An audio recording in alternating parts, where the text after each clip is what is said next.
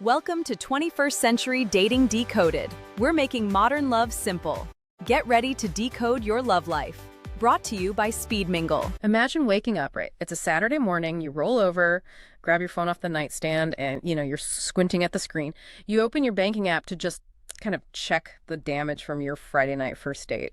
The dreaded morning after banking check. It's terrifying. It really is, because you mentally calculate what you consumed, right? You think, okay, 2 craft cocktails, maybe a shared appetizer, and a coffee afterwards. So you're expecting a pretty reasonable hit to your checking account. Right. Just a standard evening out. Exactly. But then the number loads and you just freeze. Yeah.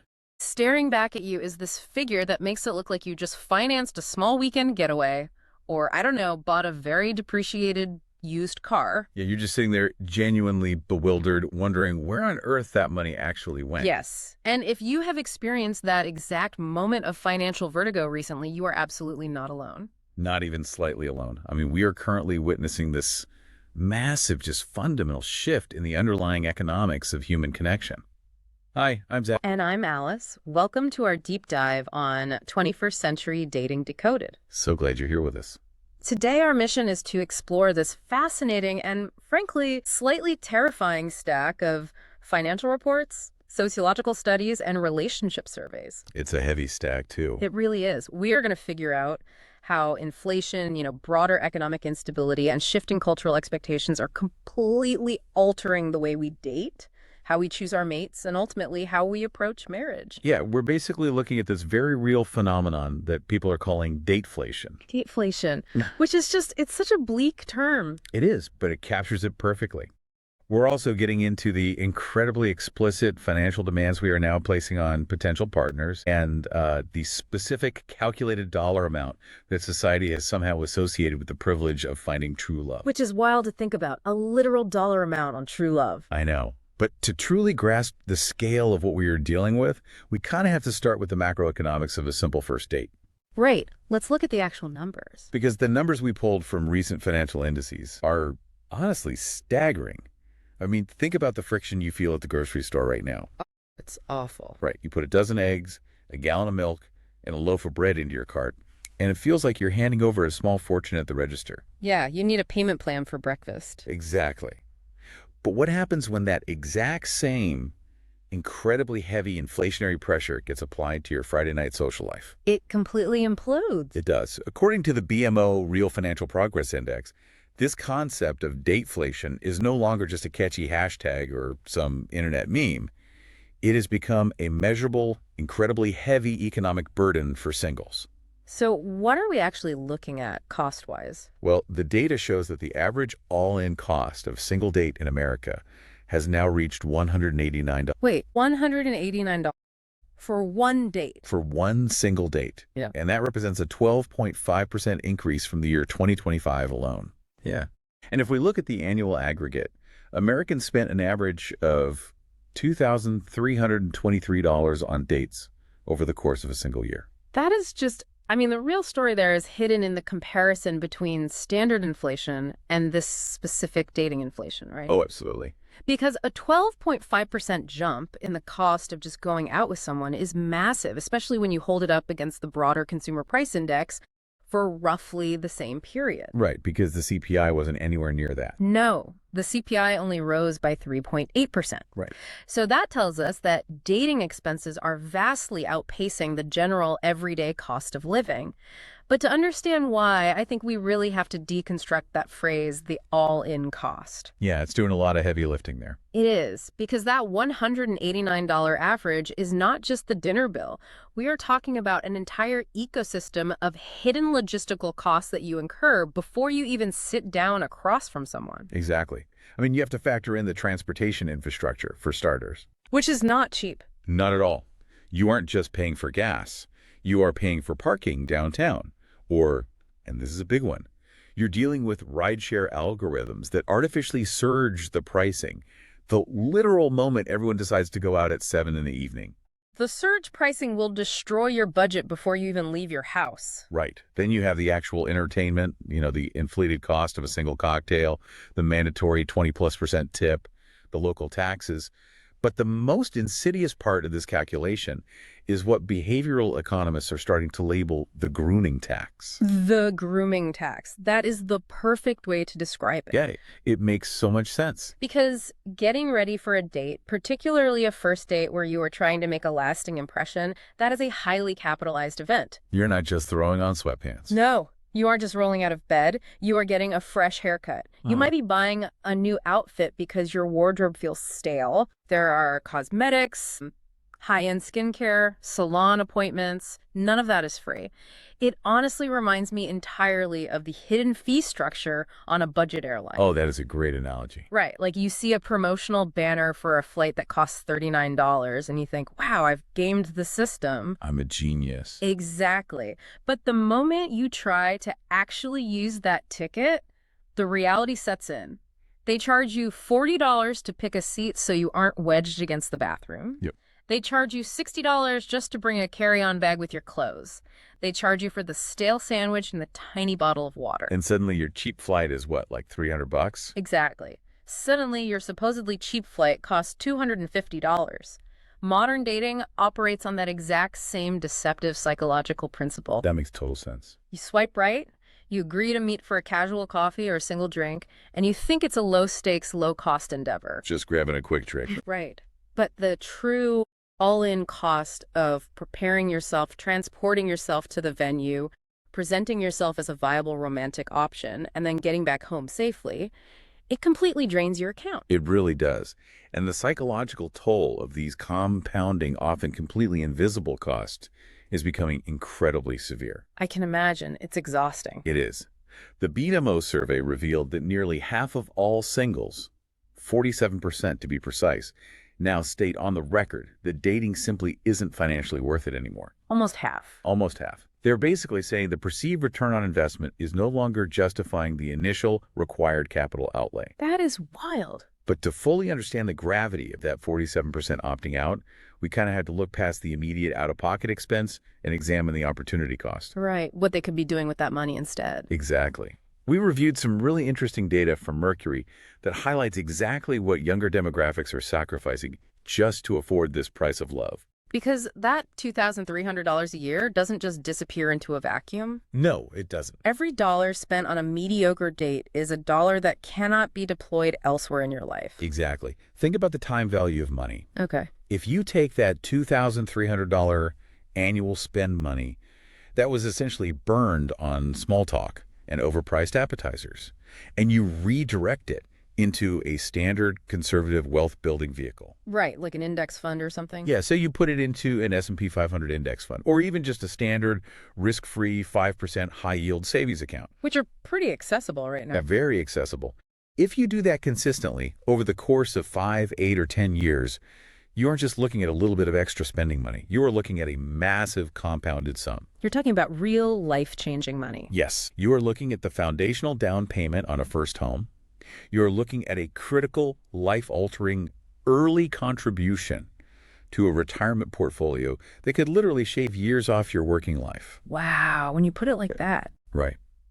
Because of the aggressive nature of dateflation, younger generations are essentially being forced to sacrifice their long-term wealth-building milestones just for the basic human right of participating in the dating market. That is so deeply unfair. They are actively trading compound interest for the mere chance at a romantic connection. When you frame it as a literal trade-off between finding a partner and buying a home, it completely recontextualizes how people are navigating this landscape. It changes everything. Because if a single date requires a major financial calculation, and the opportunity cost is your future financial security, how are daters modifying their actual on-the-ground behavior to avoid going completely bankrupt? Well, the result is a massive structural bifurcation in social behavior. A bifurcation, meaning they're splitting into extremes. Exactly. We are witnessing the emergence of what economists would call a K-shaped dating economy. Okay, K-shaped, like the economic recovery model. Exactly like that. You know, you are probably familiar with a K-shaped economic recovery. It's a term we heard constantly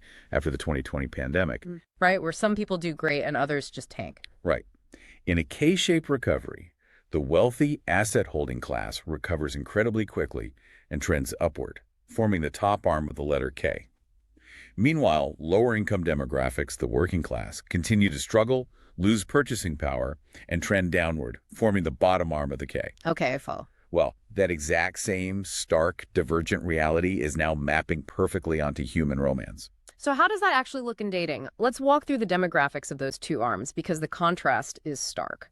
Yeah, let's look at the bottom first. At the very bottom arm of this K-shaped dating economy, we have 14% of the American dating population engaging in a new behavior termed afore-dating. Afore-dating, like affordable dating. Exactly. And this demographic is spending literally $0 on dates. Zero, as in nothing at all. Nothing. $0. They have entirely opted out of the transactional dating economy. They're exclusively choosing free activities, a walk in a local park, a hike on a public trail, or, a picnic where they bring Tupperware filled with food they already bought during their regular grocery run. Right, utilizing sunk costs. Exactly. They have completely, surgically removed the traditional dining, drinking, and entertainment budgets from the romantic equation. Okay, so that's the bottom of the K. What about the top? So if you look at the top arm of the K, you find another 14% of the population who have taken the exact opposite approach. Meaning they're just spending wildly. Pretty much. They have simply accepted that modern dating is an exorbitant luxury good. They are spending $300 or more per single date. $300 for a single evening out with someone you might never speak to again. Exactly. $300 to figure out if you even like the person. That's mind-boggling. And the generational divide driving this top arm is sharp. Gen Z and millennials saw the absolute largest spike in dating expenditure. Really? I would have thought older generations with more wealth? Nope. Millennials specifically have pushed their average spend up to $252 per date, which represents a massive 32% jump from 2025. 32%. Yeah. But because these costs at the top are so prohibitive, the overall frequency of human connection is falling. That makes sense. You can't sustain that. Right. The data shows that the average number of dates per year for actively dating individuals has dropped from 14 in 2025 down to just 12 in 2026. So they're going on one date a month? Essentially, yes. People are leaving their houses less frequently, and when they do finally go out, they're either liquidating a small fortune to impress someone, or they're spending absolutely nothing at all. Wow. We really need to pause and examine the bottom arm of that K, this concept of afore dating, because I see a massive flaw in treating it as a purely pragmatic solution. Okay, what's the flaw? Well, on paper, suggesting a walk in the park or meeting up at a free public museum sounds incredibly financially smart. It protects your downside risk. Right, you don't lose any money if it's a bad date. Exactly. But we do not conduct our romantic lives in a vacuum. We live in a world that is heavily, almost toxically influenced by social media algorithms. Absolutely. And social media constantly broadcasts the narrative that cheap dates are a blaring red flag. Yeah, they really do. If you spend 5 minutes on TikTok or Instagram, you'll find thousands of videos pushing the idea that if a person only offers a $0 date, it is a definitive signal of their low worth. If he wanted to, he would. Right, that whole trend. Yes. It is framed as a lack of serious interest, a lack of resources, or fundamentally, a lack of respect for the other person's time. Yeah, it's just universally branded as low effort. Right. So the real question isn't whether a free hike saves you money. The question is whether you can actually afford the social penalty of being frugal. That's a huge point. Are people effectively self-sabotaging their romantic prospects before they even meet just to save $100? That tension points to a profoundly important mechanism in evolutionary biology and economics known as costly signaling. Costly signaling. Okay, break that down for me. To understand why a $0 date feels offensive to some people, you have to look at the peacock. The bird. The bird, yeah. A male peacock grows an enormous, heavy, incredibly vibrant tail. Yep. Now, from a pure survival standpoint, that tail is a disaster. Because it makes them easy to catch. Exactly. It requires massive amounts of caloric energy to grow. It makes the bird much slower, and it acts as a giant neon sign for predators. Right. Here I am. Eat me. Basically. Yeah. But that is exactly the point. The tail is a costly signal. The peacock is effectively advertising to the female, look at how strong, healthy, and genetically superior I am. I can carry around this massive handicap and still survive. Oh, wow. Okay. So for decades in human society, the expensive white tablecloth dinner date served as our version of the peacock's tail. That makes perfect sense. Right. It was a costly financial signal of a person's viability, their excess resources, and their willingness to invest those resources into a potential partner. Wow. So when you strip that costly signal away Yes, and instead suggest a $0 walk around the reservoir, you're removing the traditional metric of viability. precisely.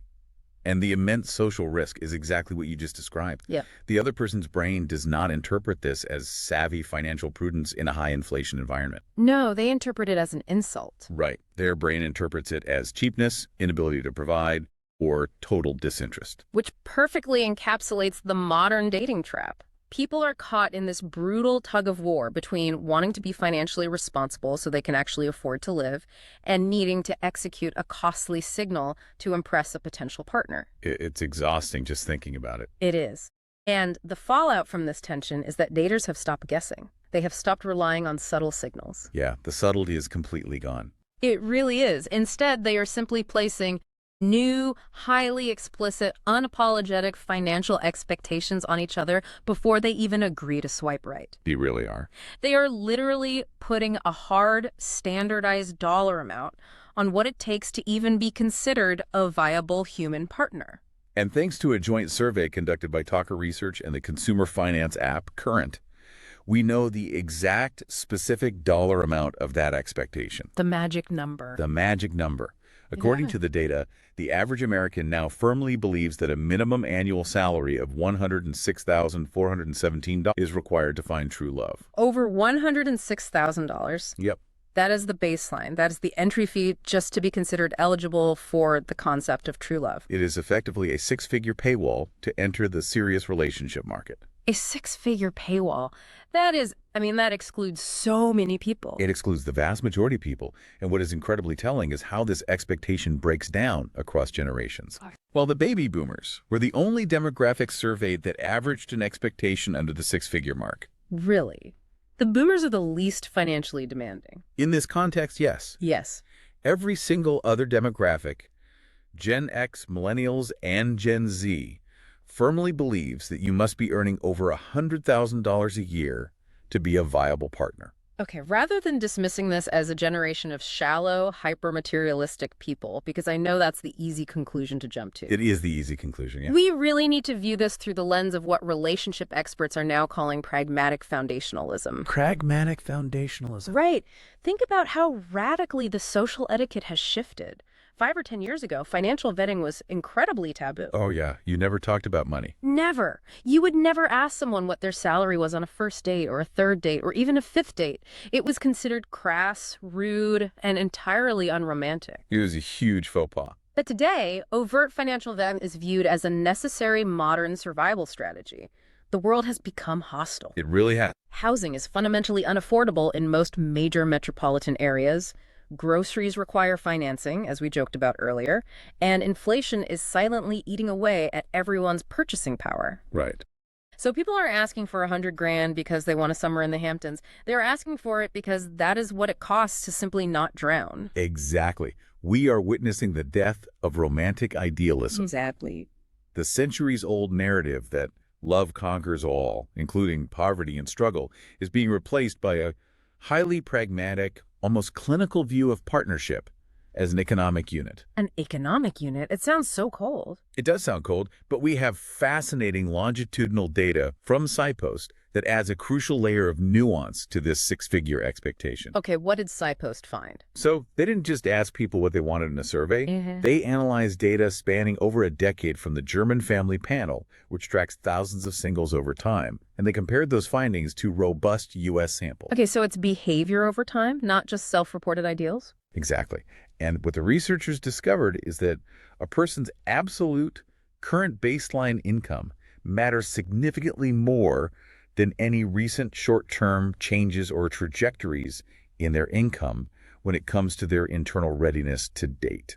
Wait, we need to unpack the psychology of that, because the distinction between absolute income and relative trajectory is vital. Yeah, it really is. Yeah. The methodology of a panel study like the German Family Panel is key here because they track the exact same individuals year after year. They can see exactly how changes in life circumstances trigger changes in behavior. Okay. So what they found means that if someone recently landed a massive promotion, say 15% raise, but their overall absolute salary is still relatively low. Like what kind of low? Like maybe they went from $40,000 to $46,000. Okay, yeah. That's a nice bump, but still tough to live on. Right. They do not suddenly feel a surge of dating confidence. The positive trajectory doesn't actually matter to them psychologically. Oh, that's interesting. So just making progress isn't enough. Nope. Conversely, if someone took a slight pay cut, or maybe a bonus didn't come through, but their baseline absolute salary is still very high. Like they dropped from 150,000 to 140,000. Exactly. In that scenario, their dating confidence and readiness remain entirely intact. Wow. What dictates human behavior is the absolute floor of your financial stability, not the recent upward or downward slope of your career. That is fascinating. Yeah, the researchers found that people with higher current absolute incomes reported a significantly greater desire for a romantic relationship, much stronger feelings of readiness to put themselves out there, and a demonstrably higher intent to start a relationship in the near future. It's all about that safety net. Yes.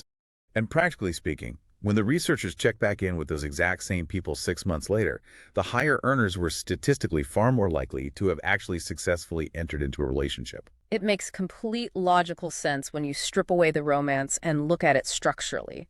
Modern dating is becoming less like a Disney fairy tale and much more like a corporate merger. A corporate merger. That is spot on. It is. Think about how two companies operate when they are considering a merger. They don't sit in a boardroom, look at each other and say, we have a really great vibe together, let's merge. No, absolutely not. No, they deploy armies of accountants to conduct exhaustive due diligence. They look at the balance sheets, they analyze long-term liabilities, liquid assets, and cash flow stability. Right.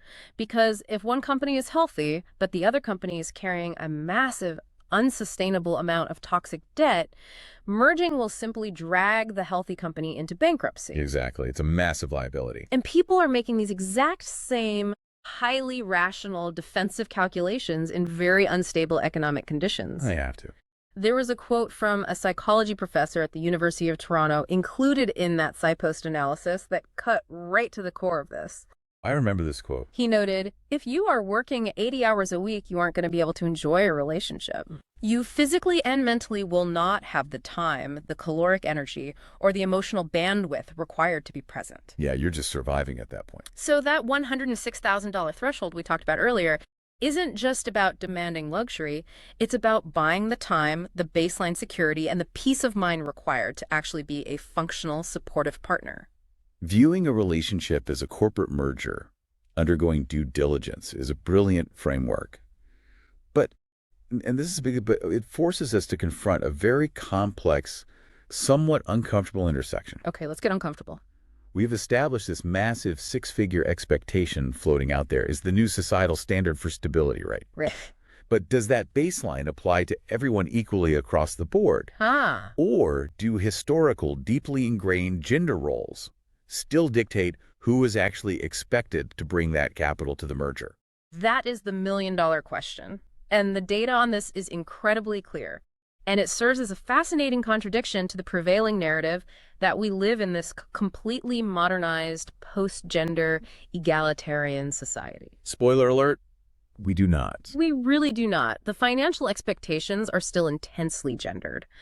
When surveyed, men, on average, expect a potential partner to earn about $90,000. Okay, 90,000. But women, on average, expect a potential partner to earn $110,000. So a $20,000 premium on the male partner. Exactly. And this psychological expectation maps perfectly onto broader, real-world societal realities. According to Pew Research, in roughly 2/3 of all married or cohabiting couples in the U.S., men remain the primary earners. 2/3. And when you poll the public at large, society still overwhelmingly values men primarily in the role of the financial provider. Yeah, and we see this lingering adherence to traditional scripts play out immediately in the logistics of early dating, too. Who's picking up the check? Exactly. When we look at who is actually funding these initial encounters, 71% of men report that they expect to pay for everything on the early dates. 71%. That's a huge majority. Right. On the flip side, 52% of women expect to split the bill. So there is this clear behavioral echo of historical norms going on. Right. But this is where the behavioral science gets incredibly layered and contentious. To understand what is actually driving these preferences, We need to look at bioecological exchange theory. Bioecological exchange theory. Yeah, and then contrast it with a recent, highly innovative virtual society experiment covered by SciPost. Okay, before we dive into the experiment, let's lay the groundwork. What exactly does bioecological exchange theory argue in this context? Good question. It essentially argues that human mating preferences are not strictly hardwired by ancient evolution. Okay, so it's not caveman brain. Right, it's not just caveman brain. Instead, those preferences are highly adaptive responses to our immediate socioeconomic environments. The theory suggests that historically, women preferred male providers, not because of some inescapable biological imperative, but because society structurally locked women out of acquiring their own wealth and resources. Because they literally couldn't own property or hold certain jobs. Exactly. Yeah. Therefore, the only way a woman could secure resources for herself and her offspring was to strategically exchange her reproductive and social value for a man's economic value. Okay, that makes sense. The core premise of the theory is that if you change the environment, if you remove the structural inequality, the mating preferences will automatically shift because the fundamental need driving the preference has disappeared. Which leads us perfectly into the virtual society experiment, because this research attempted to test that exact premise, and the methodology blew my mind. It really is a fascinating study. Yeah. The researchers knew they couldn't test this perfectly in the real world because the real world is still full of historical baggage and wage gaps. Right. So they created a highly controlled simulation. Participants were placed into a virtual society and arbitrarily assigned specific levels of personal wealth, status, and resources. Basically, yeah. Yeah. They were then asked to rank the physical, social, and financial traits they most desired in a potential partner within this virtual world. Okay. Now, in normal real-world conditions, the concept of mating up, which is the sociological term for seeking a partner who is significantly better off financially than you are, is heavily skewed, with women engaging in it far more often than men. Because of that structural history we just talked about. Right. But the researchers manipulated the virtual environment. In scenarios where women were artificially given vastly more economic power and resources than the men in the simulation, their desire for a wealthy partner, their drive to mate up, dropped significantly. Wow. In fact, in the environments where female wealth was dominant, the traditional, well-documented differences between what men and women prioritize in a partner practically vanished. The implication being that when women did not structurally need the money for their basic survival or stability, their brains stopped prioritizing it as a mandatory treat in a mate. Precisely. The researchers concluded that humans are highly strategic, environmentally sensitive creatures. We subconsciously adjust our mate preferences based on the immediate conditions of our environment and how desperately we actually need external resources to thrive. That's amazing. The takeaway from the virtual society simulation is that the traditional gender differences in mate selection aren't deeply, permanently hardwired into our evolutionary code. They are highly sensitive to immediate economic conditions. So if things are equal, preferences are equal. Right. The moment the environment genuinely favors female economic power, the overwhelming demand for a traditional male provider just evaporates. You know, I find that conclusion incredibly optimistic. Yeah, it feels like progress. It does, but I am going to have to forcefully push back against it using a different set of data. Bring it on. Because we review the institutional knowledge study from SMU Southern Methodist University, which looked at these exact same evolutionary psychology concepts, but they used a vastly different and arguably more realistic psychological methodology. And they got very different results. Very different. Because the SMU study showed that even when women make significantly more money in the real world, they still overwhelmingly prioritize high social and financial status in a mate. They did. And the difference in how they extracted that data is the key. Exactly. The SMU researchers didn't just ask people what they wanted in a vacuum, because people often lie or they don't actually know what they want until they were forced to choose. Right. Stated preference versus revealed preference. Yes. Instead, they used what is known in psychology as a budget allocation paradigm. Sounds complicated. It's basically a trade-off game. They gave participants a constrained budget of theoretical points to build their ideal mate. Oh, like a video game character creation screen. Exactly like that. Imagine you have 20 points. And you have to distribute them across traits like physical attractiveness, kindness, humor, and wealth. Okay. The researchers found that when they forced participants to make hard trade-offs, meaning if you want your partner to be exceptionally wealthy, you have to accept that they might be less physically attractive or less emotionally available. The results were striking. What did they find? They found that even when women possess high status themselves, even when they have extremely high mate value and abundant independent resources, they still allocate a massive portion of their limited budget to ensure their partner has high social and financial status. Wow, even when they don't objectively need the money. Even when they don't need it. Noting that if you don't force people to make painful trade-offs with limited resources, you don't discover their true baseline evolutionary priorities. That makes a lot of sense, unfortunately. Right. But when forced into a corner, that desire for a high-status mate persists, regardless of the woman's own bank account. Wow. So looking at the SMU data, I have to ask, are we really truly evolving past traditional gender roles when it comes to money? Or are we just repackaging them to feel more modern? That is a harsh question. It is, because even if a woman is a high-powered CEO making $500,000 a year, this data suggests her subconscious still expects her partner to be on that exact same level or higher. And you have just highlighted the ultimate, most frustrating paradox of modern dating economics. It really is a paradox. We have two conflicting truths. The virtual society experiment demonstrates that the human brain has the capacity to shift its preferences when inequality is entirely removed in a sterile vacuum. Right. But the SMU budget allocation study proves that in messy, real-world, highly constrained scenarios, those historical evolutionary preferences are incredibly sticky. They don't just wash away. No, they don't. It suggests a deeply ingrained cognitive heuristic. For millennia, human beings sought partners who augmented their chances of survival. And for millennia, survival meant tangible resources. You can't just erase that programming in a single generation. No, you can't. So this leaves us with a massive practical problem. Okay, what is it?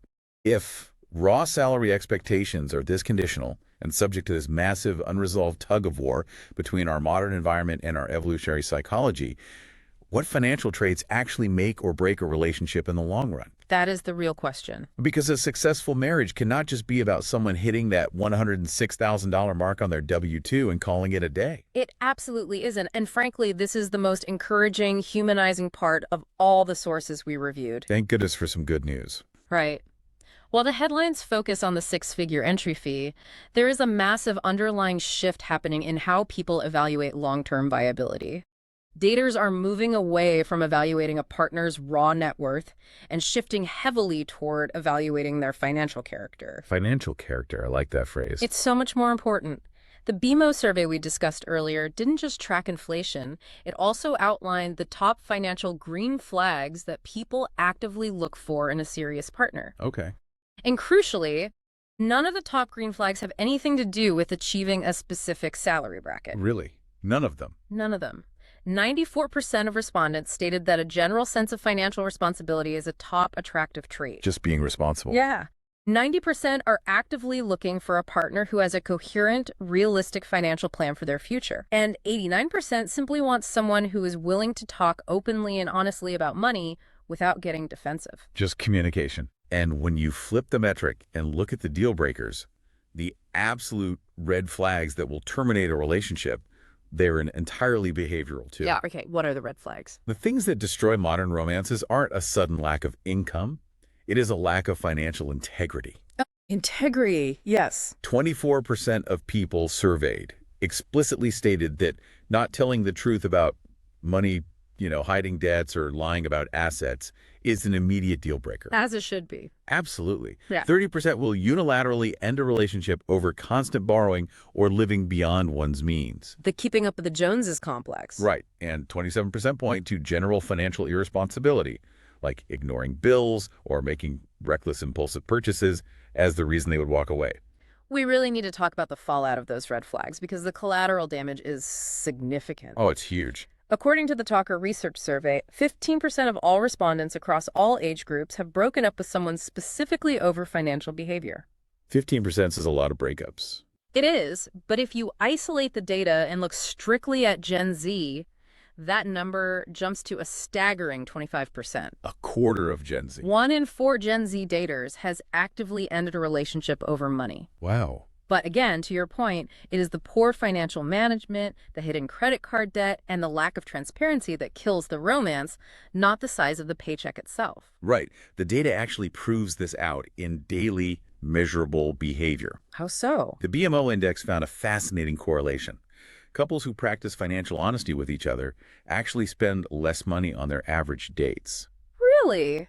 That's counterintuitive. You'd think so, but the data shows that honest, communicative couples spend about $182 on a date, while couples who avoid the topic of money or actively hide their financial reality from each other spend nearly $195. So lying is literally more expensive. Transparency actually reduces the financial burden of the relationship, likely because neither partner feels the persistent, exhausting need to perform. To put on a show. Exactly.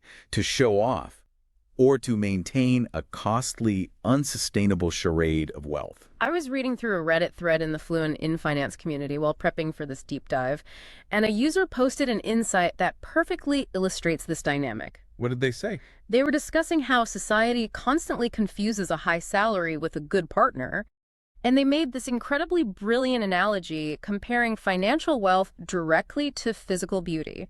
Interesting. They argued that a high salary is exactly like physical attractiveness. It is great to have. It instantly catches your eye across a crowded room, and it makes the initial stages of dating very easy. Right, gets your foot in the door. Exactly. But just like physical beauty, a high salary can fade in an absolute instant if misfortune hits. Yeah. A sudden layoff, a catastrophic medical emergency, a severe market crash, and that wealth is gone. Just gone overnight. But financial responsibility, adaptability, and resilience, the way a person actually behaves when money is suddenly tight, that represents true desirability. There's a great distinction. Right. If a person suffers a major financial setback, what is their character reflex? Do they panic, lie to you, and secretly take out high-interest loans? Or hide the Amazon boxes. Exactly. Or do they sit down at the kitchen table, communicate clearly, restructure the household budget, and adapt to the new reality? Right. What people really deeply want is a partner who's desirable in the trenches. The true measure of a mate isn't what they buy you when times are good. It's what they do when the chips are completely down. That is a phenomenal distinction.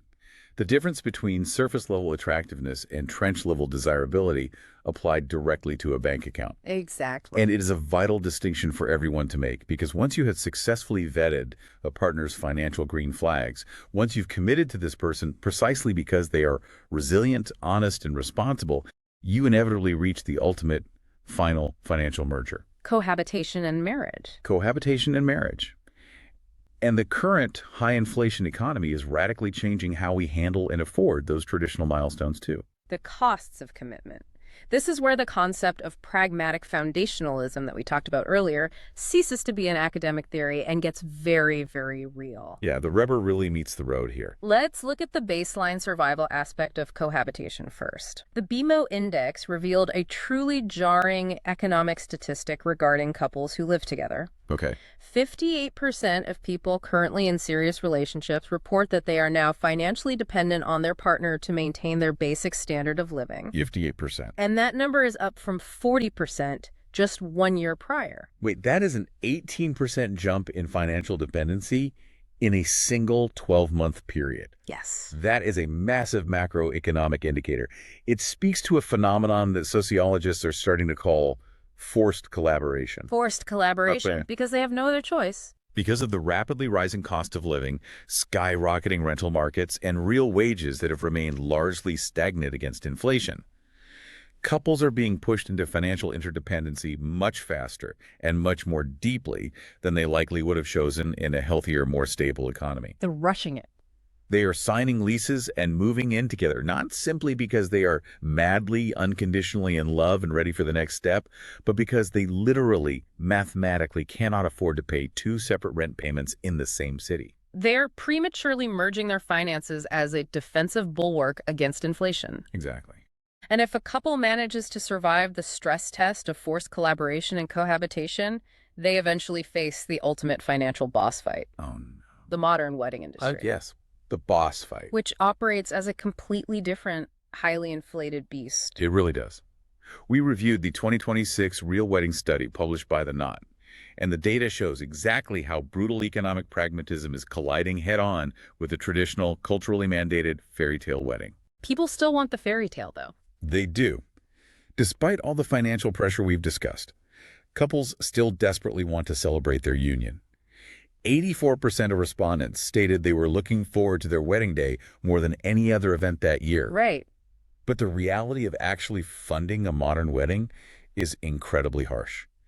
41% of couples end up going significantly over their initial planned budget. It's so easy to do with weddings. And here is the most telling metric of all. 52%, over half of all couples getting married, rely on their parents or family to pay for the majority of the wedding expenses. Over half.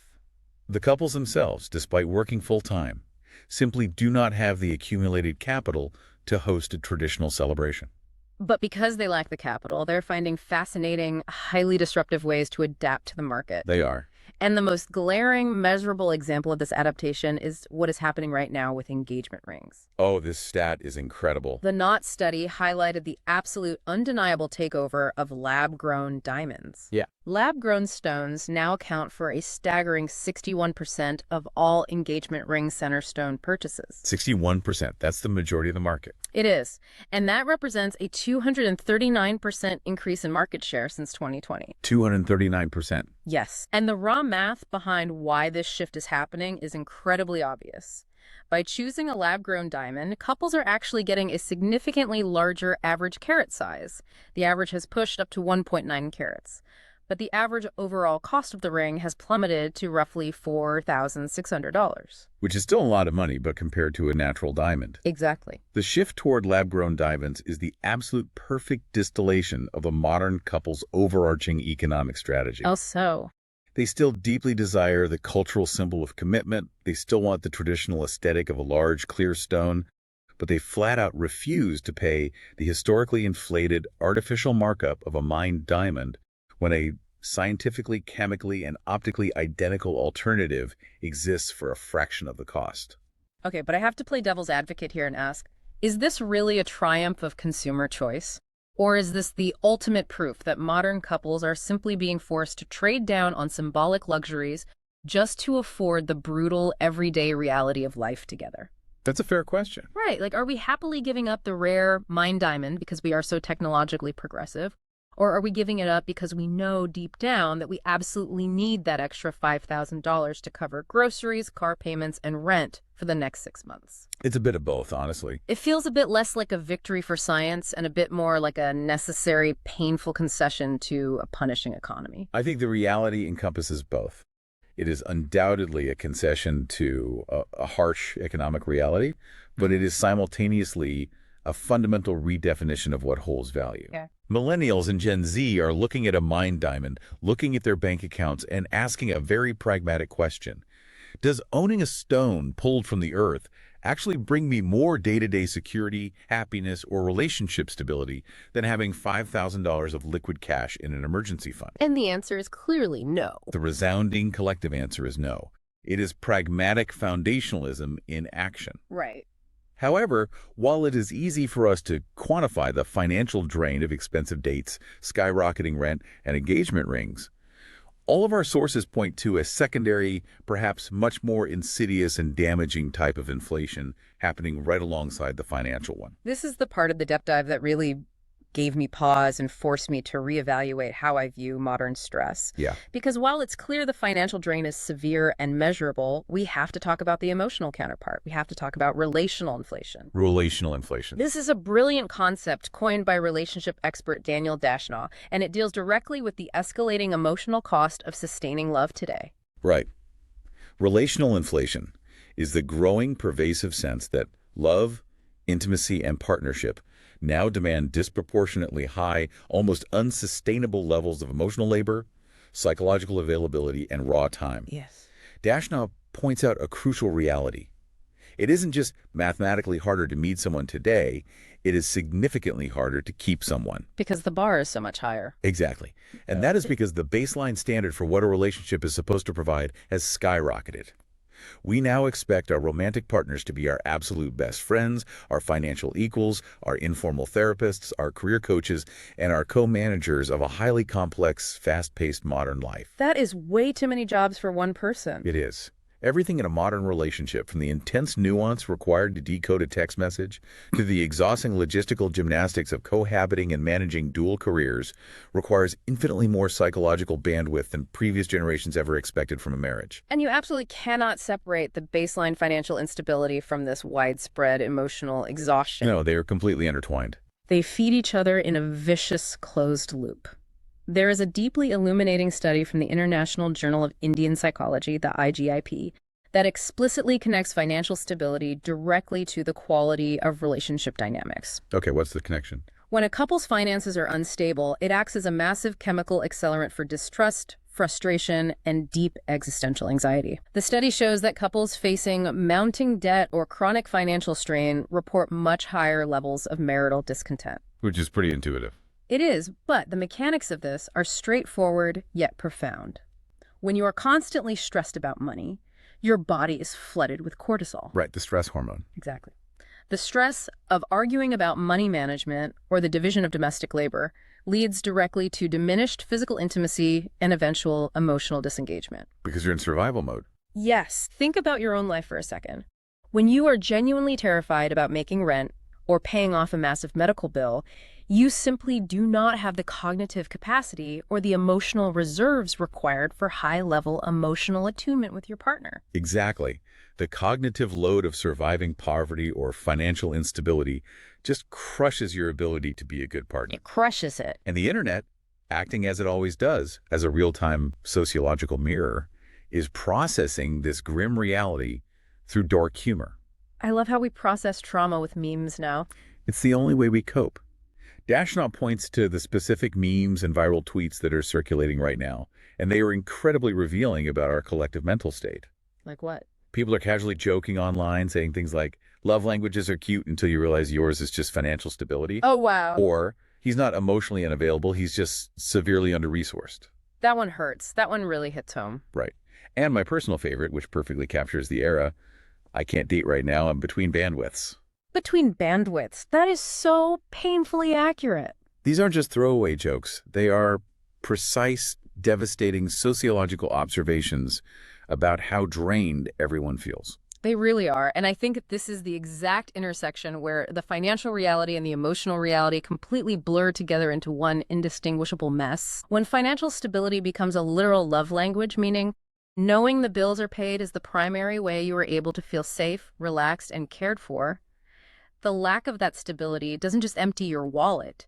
It actively empties your emotional reserves. Right. If your partner is constantly borrowing money or lying about their credit card debt, those behavioral red flags we talked about earlier, it doesn't just hurt your credit score, it drains your psychological bandwidth. You eventually reach a point where you literally cannot afford the emotional maintenance required to keep the relationship afloat. And if we loop all the way back to where we started this entire conversation, back to that staggering $189 average cost of a first date, you can clearly see why 47% of singles have just opted out of the system entirely. Yeah, it's not just the money. No, they don't have the disposable cash to participate, and equally importantly, they don't have the emotional bandwidth to pretend that they do. So let's pull all of these threads together because we have covered a massive amount of ground today. We really have. We started by looking at how dateflation is vastly outpacing normal economic inflation, turning the simple act of meeting someone for a drink into a luxury expense. Yep. We explored the K-shaped dating economy, where people are either spending hundreds of dollars to signal their wealth or spending absolutely nothing and risking the social stigma of dating. We broke down the psychology behind the staggering $106,000 entry fee expected for true love and discussed how absolute financial stability grants dating confidence. We navigated the complex debate between bioecological exchange theory and evolutionary psychology regarding gender roles and money. We highlighted how financial honesty and resilience are becoming significantly more desirable than raw wealth. And finally, we looked at how chronic financial stress is triggering relational inflation, completely draining our emotional bandwidth.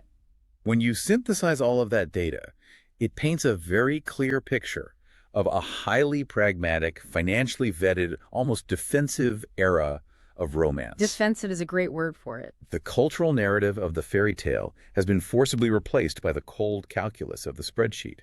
And that reality leaves us with a rather profound and frankly concerning trajectory for the future of human connection. It absolutely does. And we want to leave you, our listener, with a final provocative thought to ponder as you navigate this wild, unprecedented landscape. Lay it on them. If the costs of dating, mating, and the intense emotional maintenance required to keep a modern relationship alive continue to dramatically outpace average wages, does true love risk becoming a literal luxury good? That is a chilling thought. If you need a six-figure salary just to feel psychologically ready to date, and you need hundreds of disposable dollars to afford the baits themselves, will romance eventually be gated?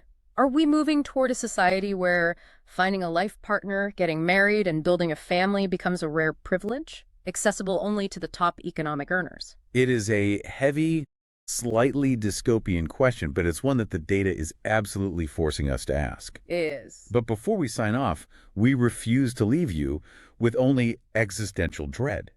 We want to give you a very practical, actionable way to navigate this environment. Yes, please. Because human connection is a fundamental need, and you shouldn't have to bankrupt yourself or drain your emotional reserves just to find it. Exactly.